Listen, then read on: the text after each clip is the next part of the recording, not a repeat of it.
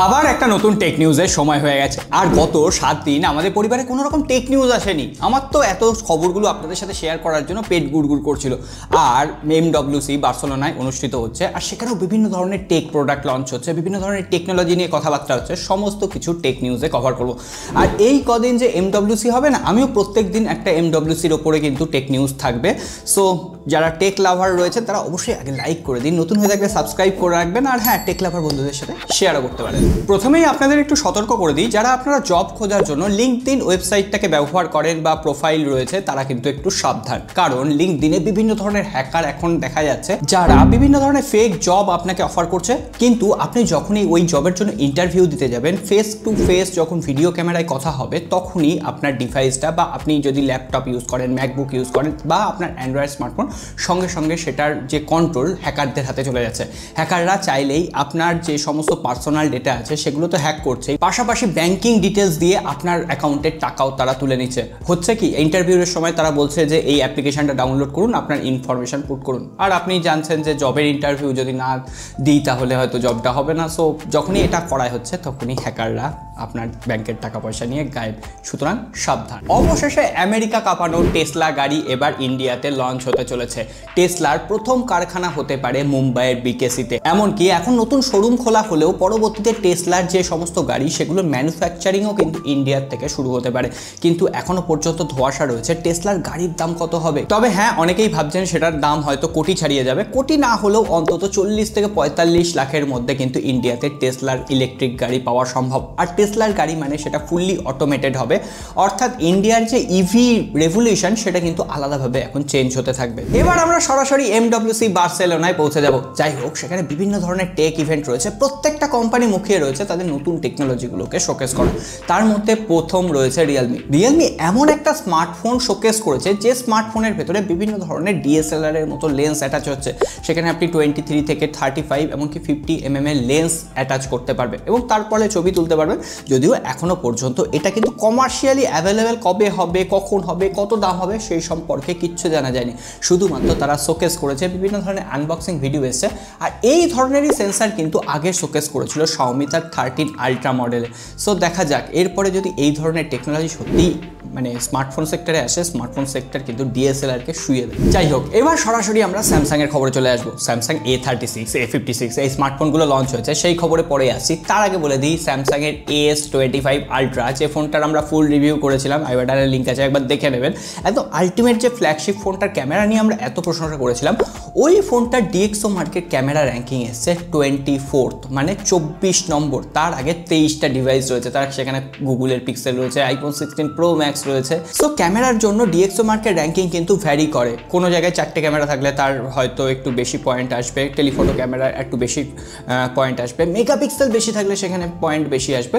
So এই ফ্যাক্টরগুলো নির্ভর করে আপনারা ডিএক্সও মার্কেট কারা ভরসা করেন তারা অবশ্যই কমেন্ট করবেন, আর ভরসা না করলেও সেটাও কমেন্ট বক্সে জানিয়ে দিন। এবার আসি আসল ধুমধুমার খবরে। Samsung Galaxy A56, A36, A26 তিনটে স্মার্টফোনই রিভিলড হয়ে গেছে, তবে লঞ্চ হয়েছে দুটো স্মার্টফোন, A56 এবং A36। যেটা কথা ছিল, 6.7 ইঞ্চির একটা 120 হার্টজের অ্যামোলেড ডিসপ্লে রয়েছে, এক্সিনোসের 1580 চিপসেট রয়েছে হচ্ছে A56 এ, আর A36 এ রয়েছে কোয়ালকম স্ন্যাপড্রাগন 6 জেনারেশন 3। এর পাশাপাশি দুটো স্মার্টফোনে 6 ইয়ার্সে আপডেট দেওয়া হবে। A56 এ 50+12+5 মেগাপিক্সেলের ম্যাক্রো সেন্সর রয়েছে, অন্যদিকে A36 এ 8 মেগাপিক্সেলের আল্ট্রা ওয়াইড অ্যাঙ্গেল লেন্স দেওয়া হয়েছে। দুটো স্মার্টফোনেই 12 মেগাপিক্সেলের ফ্রন্ট ক্যামেরা। আর A56 এ কিন্তু মেটাল ফ্রেম রয়েছে, গ্লাস বডি ডিজাইন দুটোতেই রয়েছে, কিন্তু A36 এ প্লাস্টিকের ফ্রেম রয়েছে। আর 5000 মিলিঅ্যাম্পিয়ারের ব্যাটারি, বক্সে কোনো রকম চার্জার নেই। A56 এ 45 ওয়াটের ফাস্ট চার্জার, আর A36 এ কিন্তু 25 ওয়াটের ফাস্ট চার্জিং সাপোর্ট রয়েছে। তবে হ্যাঁ, এই দুটো স্মার্টফোনের দাম কতটা জাস্টিফাই হচ্ছে অবশ্যই কমেন্ট করে জানাবেন। A56 দাম শুরু হচ্ছে 42,000 রুপি থেকে, বেস ভ্যারিয়েন্ট 8GB 128GB, আর A36 এর দাম শুরু হচ্ছে 32,999 টাকা থেকে 8GB 128GB। সো এই হচ্ছে ওভারঅল স্পেসিফিকেশন। এমনকি A26 ফোনটাতেও এক্সিনোসের 1380 চিপসেট থাকবে, সেটা স্পেসিফিকেশনও সামনে চলে এসেছে, আপনাদের সামনে দিয়ে দিলাম। সেটা আশা করা হচ্ছে 25,000 রুপির আশেপাশে লঞ্চ হবে। তো এবার আপনাদের ফিডব্যাক আমি জানতে চাই। দেখি রিভিউ করবো তো অবশ্যই, তখন সত্যিটা সত্যিই একদম সামনে চলে আসবে। যাই হোক, এবার সরাসরি আমরা আইফোনের খবরে চলে আসবো। iPhone 16e সবে মাত্র লঞ্চ হয়েছে, আমরা হ্যান্ডস অন এক্সপিরিয়েন্স করেছিলাম, সেটা রিভিউ অলরেডি দিয়ে দিয়েছি। মোটামুটি কেনার মতো কোনো কারণ আমি পাইনি। iPhone 15 কিনুন, আইদার, অথবা আপনি আইফোন 16-এ চলে যান। কিন্তু হ্যাঁ, এরপরে আইফোন 17e যেটা আসবে সেটা নিয়েও বিভিন্ন লিক এবং রিউমার শুরু হয়ে গেছে। অর্থাৎ আইফোন তার যে বাজেট এসি সিরিজ সেটাতে আর কোনো স্মার্টফোন হয়তো লঞ্চ করছে না, আপাতত কোনো খবর নেই। তারা আইফোন 16 বা 17 যে নাম্বারিং সিরিজ আসবে সেখানে একটা ছোট্ট ভ্যারিয়েন্ট লঞ্চ করছে, আইফোন 16e 17e এরকম। আর আইফোন 17-এ অবশেষে এত বছর পর ক্যামেরার হাউজিং চেঞ্জ হচ্ছে। বেশ কিছু অফিসিয়াল রেন্ডার, অফিসিয়াল যে ডকুমেন্ট হয় লিক হয়ে গেছে, তার থেকে দেখা যাচ্ছে এগুলো আইফোন 17-এর ক্যামেরা রেন্ডার। আর আইফোন 17 এয়ার যে স্মার্টফোনটা সেখানেও কিন্তু সিঙ্গেল একটা ক্যামেরা থাকবে, আর ওখানে গুগল পিক্সেল 9 সিরিজের মতো একটা অ্যালাইনমেন্ট থাকছে। সো কেমন লাগছে আইফোন 17-এর ডিজাইন? যাই হোক, মোটোরোলা এডজ 50 ফিউশন একসময় দুর্দান্ত স্মার্টফোন ছিল, এবার তার সাকসেসর মোটোরোলা এডজ 60 ফিউশন কিন্তু লঞ্চ করবে। তার ফার্স্ট লুক সামনে চলে এসেছে, কিন্তু হ্যাঁ, এখনো পর্যন্ত 100% স্পেসিফিকেশন কি হবে কনফার্ম হয়নি। অবশ্যই কনফার্ম হলে আপনাদের সাথে শেয়ার করে দেবো। যেটুকু বোঝা যাচ্ছে কোয়াড কার্ভ ডিসপ্লে থাকছে, 144 হার্টজের রিফ্রেশ রেট, IP68 রেটিংও থাকবে।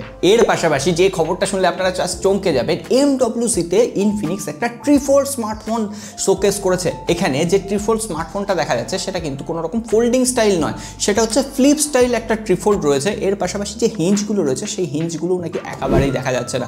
তো এখনো পর্যন্ত কমার্শিয়ালি অ্যাভেলেবেল হয়নি, MWC-তে লঞ্চ হয়েছে, হয়তো সামনের বছরে অফিসিয়ালি লঞ্চ করবে, যখন আমাদের দেশে খবর আসবে দিয়ে দেবে। যাই হোক, এবার একটু বাজেট ফোনের খবরে চলে আসি। পোকো M7 অলরেডি লঞ্চ করে গেছে। এটা একটা 5G ডিভাইস, 9,999 রুপির দাম। আর স্পেসিফিকেশন মোটামুটি আপনাদের সামনে দিয়ে দিলাম। কোয়ালকম স্ন্যাপড্রাগন 4 জেনারেশন 2 চিপসেট রয়েছে। আর হ্যাঁ, প্রত্যেকটা সিমের 5G সাপোর্ট করবে। ওভারঅল এত অপশন রয়েছে, মোটোরোলা G45, G35 এগুলো বেটার অপশন লেগেছে আমার কাছে।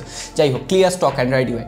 এর পাশাপাশি ভিভো T4Xও কিন্তু লঞ্চ করতে চলেছে। মিডিয়াটেকের ডায়মন্ডসিটি 7300 চিপসেট রয়েছে, বেশ পাওয়ারফুল, IP68 69 রেটিংও হয়তো থাকছে, যথেষ্ট পাওয়ারফুল হচ্ছে, এমনকি 6500 mAh এর ব্যাটারিও থাকছে। যাই হোক, এর পাশাপাশি ভিভো V50 যে ফোনটার আমরা রিভিউ করেছিলাম দুদিন আগে, যাই হোক আপনারা হয়তো অনেকেই আবার মিস করে গেছেন, আই বাটনে একবার লিঙ্ক দিয়ে রাখলাম, অবশ্যই ওই ফোনটা একবার দেখে নিতে পারেন। ওটার একটা lighter version Vivo V50 light 4G version আসতে চলেছে, 20,000 রুপির নিচে লঞ্চ করবে। কিন্তু হ্যাঁ, স্পেসিফিকেশন যখন কনফার্ম পাবো তখন শেয়ার করে দেবো। ওপো রেনো 13 সিরিজ একেবারে ম্যাড় একটা সিরিজ গেছে। ওপো রেনো 12 সিরিজ কিন্তু আবার যথারীতি ভালো সিরিজ ছিল। ওপো রেনো 14 প্রো যে ফোনটা হবে সেই ফোনটায় একটা লিক সামনে এসছে, যে সেখানে 50 মেগাপিক্সেলের পেরিস্কোপিক জুম লেন্স থাকছে, এমনকি ক্যামেরা কন্ট্রোল বাটন থাকবে। আইফোন দিয়েছে, সো ওপো, OnePlus এরাও দেবে, এটা তো আশা করাই যায়। দেখা যাক, আর ফার্স্ট লুক কেমন হবে সেটা যখন সামনে আসবে তখন আপনাদের সাথে শেয়ার করে দেবো। তবে হ্যাঁ, এত সব কিছুর মধ্যে শাওমি তাদের একদম আলটিমেট ফ্ল্যাগশিপ লেভেলের স্মার্টফোন শাওমি 15 আলট্রা লঞ্চ করে দিয়েছে। কিন্তু হ্যাঁ, সেটার দাম যা রাখা হয়েছে প্রায় এই ইন্ডিয়াতে লঞ্চ হলে 1.5 লাখের আশেপাশে দাম হয়ে যাবে। আর সেখানে 6.73 ইঞ্চির একটা LTPO অ্যামোলেড ডিসপ্লে রয়েছে, কোয়ালকম স্ন্যাপড্রাগন 8 এলিট চিপসেট, আর ক্যামেরা তো বিধ্বংসী রয়েছে, 50 মেগাপিক্সেলের 3টে, 200 মেগাপিক্সেলের সিঙ্গেল ক্যামেরা, 5400 mAh এর ব্যাটারি, 90 ওয়াটেরই ওয়্যারলেস এবং ওয়্যারেবল চার্জার রয়েছে। সো ওভারঅল ফ্ল্যাগশিপের দিক থেকে, স্পেসিফিকেশন দিক থেকে তাগড়াই স্পেসিফিকেশন রয়েছে, ক্যামেরাও যথেষ্ট ভালো। কিন্তু শাওমির যে হাইপার ওএস একেবারে এখন ম্যাড় হয়ে গেছে। যদি ফ্ল্যাগশিপ ফোন দাঁড় করাতে হয় স্যামসাংয়ের মতো One UI দিতে হবে, বা ভিভোর ফানটাচ ওএসও এখন যথেষ্ট ভালো কাজ করছে, মানতেই হচ্ছে। আপনি একটা ভালো কাজ করে নিতে পারেন, লাইক আর সাবস্ক্রাইব বাটনটা প্রেস করে রাখতে পারেন এই ধরনের আপডেটেড খবর সবার আগে জানার জন্য। সকলে ভালো থাকবেন, সুস্থ থাকবেন, দেখা হবে আগামী পর্বে।